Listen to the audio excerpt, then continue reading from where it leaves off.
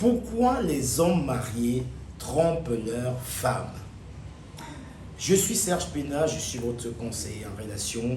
Ça fait des mois qu'on est ensemble, ça fait plusieurs temps déjà. Donc, je vous remercie tout simplement d'être de plus en plus nombreux à vous connecter et sur ma chaîne YouTube.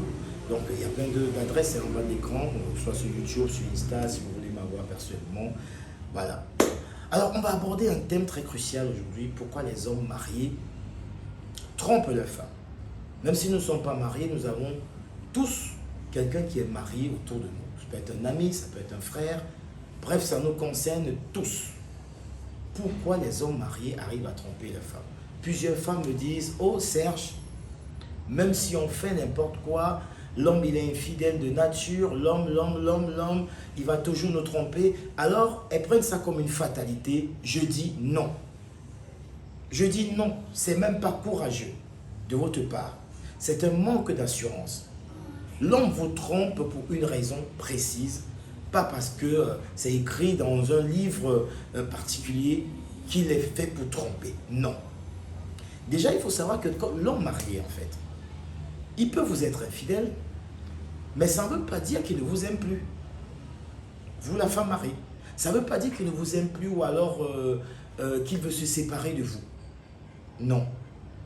Il ressent peut-être encore pour vous évidemment de la reconnaissance, ça c'est clair, parce que vous êtes ensemble depuis quelque temps, donc il y a une certaine reconnaissance, du respect, un peu d'amitié, oui, et même peut-être à un moment donné c'est devenu de la fraternité. Parce que vous vivez dans la même maison et qu'on sort, alors il ne peut pas avoir ce courage de se séparer de vous comme ça du jour au lendemain, ou alors de ne plus vous aimer complètement du jour au lendemain. Peut-être que l'amour est allé dans un autre sens, mais quelque part, il ressent encore un petit truc pour vous.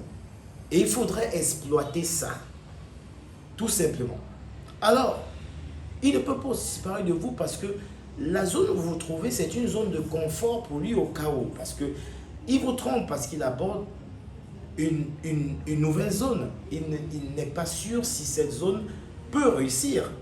Alors, au cas où ça capote, il viendra tout simplement se recoucher avec vous dans cette zone. C'est une zone de confort qu'il garde encore en haleine. Alors, pour ceux qui ne sont pas encore mariés, c'est trop facile. Hein? C'est trop facile de dire, oh, d'accord, mon mec, il me trompe, je me sépare de lui. Celles qui vivent juste de copain-copine, oui, ça c'est trop facile. Mais quand vous êtes déjà marié, c'est pas la blague. Ce n'est plus la blague. Parce que le mariage n'incombe pas que vous et votre mari. Ça incombe plusieurs personnes, ça incombe deux familles. Deux familles, c'est nombreux. Ça incombe même des amis, parce que vos amis sont devenus les amis de votre mari, les amis de votre mari sont vos amis. Les belles-sœurs sont nombreuses, les beaux-frères sont nombreux. Il y a tellement de gens qui sont impliqués.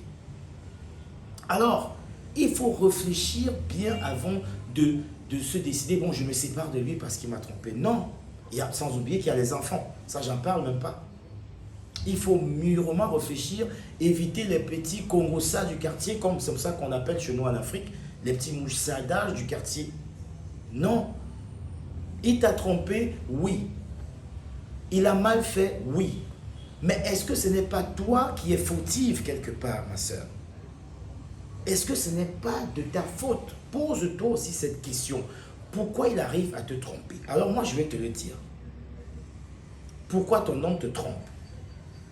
Et si tu réussis à te mettre ça dans la cervelle, si tu as l'humilité d'assimiler ça, peut-être que derrière, la situation va changer entre vous. Alors pour celles qui sont en train de se marier et qui veulent vivre une vie de couple parfaite.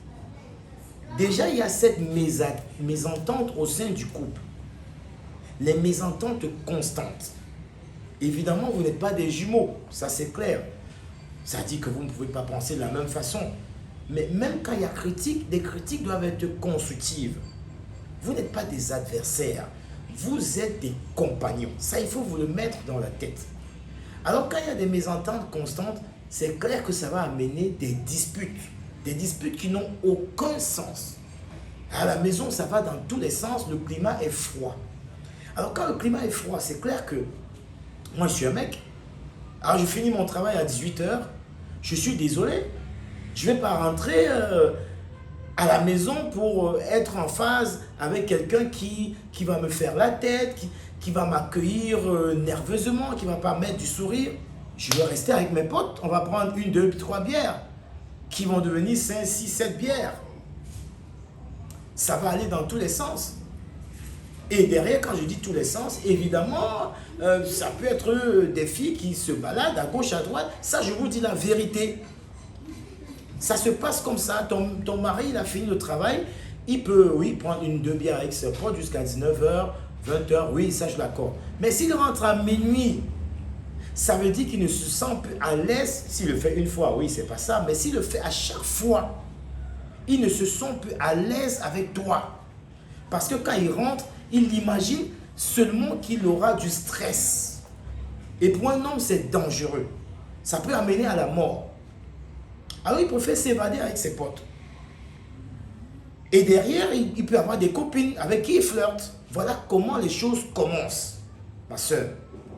Tu es en train de vivre ça à cet instant-ci. Stop ça rapidement. Stop ça. Cause avec ton mari. Cause avec ton mari à l'instant T, tu es en train de vivre ça. Ton mec, il n'est pas là, il rentre tard. Oui, c'est normal, il va rencontrer une autre femme qui va lui faire sourire, avec qui il va s'amuser, qui va lui donner, croquer le poulet, mettre une autre partie dans sa bouche. Il sera content, ce que tu ne fais pas. Ah oui? Derrière, il y a la sexualité. Je suis désolé, si tu ne peux pas bien faire l'amour avec ton homme, ça ne peut pas marcher. Il ira chercher ailleurs. Chercher ailleurs ce que toi, tu ne lui donnes pas. Il faut qu'on soit clair. On est des adultes, on s'écoute et on se parle en adulte. Alors si, avec la femme qu'il a rencontrée, il a des fantasmes, nous sommes des êtres humains. Même toi qui m'écoutes, ma soeur, tu as des fantasmes. Pourquoi avec ton homme, tu ne veux pas te lâcher dans tes fantasmes? Pourquoi quand il demande de faire certaines positions, non, tu n'es pas d'accord? Tu es trop fatigué, tu es trop ceci, tu as honte. Tu as honte avec ton mari. Ça, c'est quelque chose de très grave. Mais il va aller chercher ailleurs. Une petite gamine de rien du tout va lui donner cette position qu'il demande et tu es perdante. Et tu es la première à te plaindre. Cette sexualité doit être épanouie. Sinon, il va te tromper. Ça, c'est inexorable. Ça, je te le dis. Ah oui? Et puis derrière, mets-toi en beauté parce que l'homme va te tromper parce qu'il va chercher une femme plus belle. Mais il n'y a aucune femme qui est plus belle que l'autre. Toute femme est belle. Déjà parce que si tu as marié, parce qu'il te mariait, il trouvait que tu es la plus belle femme du monde. Mais pourquoi du moment où tu es entré dans le mariage, tu te délaisses complètement? On n'a pas demandé de mettre du rouge à lèvres avant de dormir, non. Mais il faut être coquette, ma soeur. Sois coquette, sois attirante. Mais si tu n'es pas attirante, si tu te délaisses complètement, mais il va trouver les autres femmes plus belles. Le reflet qu'il avait avec toi au début de la relation, c'est ça qu'il va retrouver sur d'autres femmes. Et il va te tromper. Pourquoi tu te négliges? Oh, j'ai fait un enfant, j'ai déjà plusieurs enfants, j'ai déjà fait ma vie. Oh, non! Mais non! Tu n'as pas fait ta vie, alors tu meurs. Je suis désolé. Ton homme a besoin que tu le séduises tous les jours. Voilà. Et puis, il y a cette routine. Fais des propositions à ton homme. Tous les jours, la même routine. Je rentre à 18 h au travail, on dépose le plat, je mange. Je fais ceci, je m'en vais là-bas.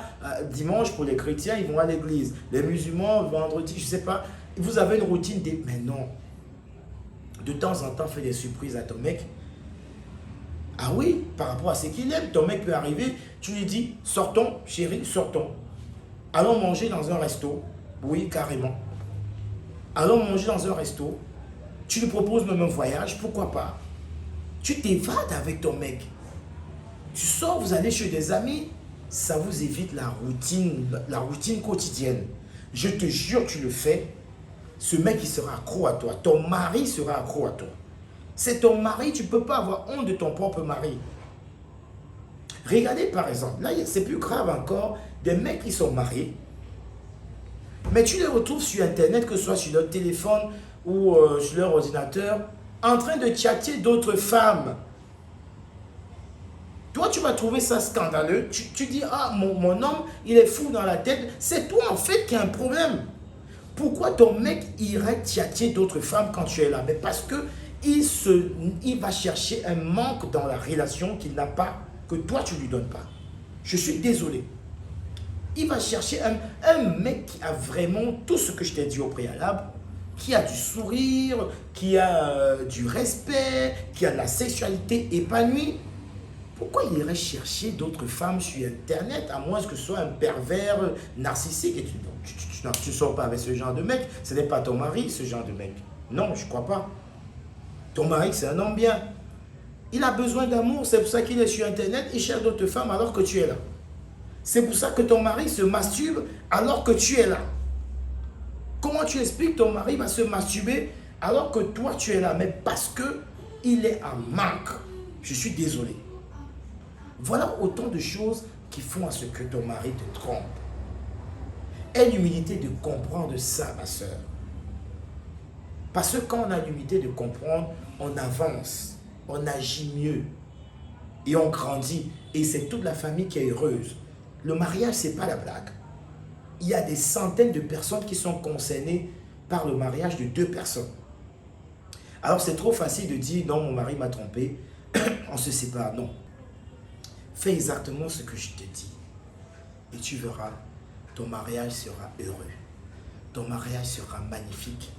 Et ton mari sera avec toi fidèle pour l'éternité, ma soeur.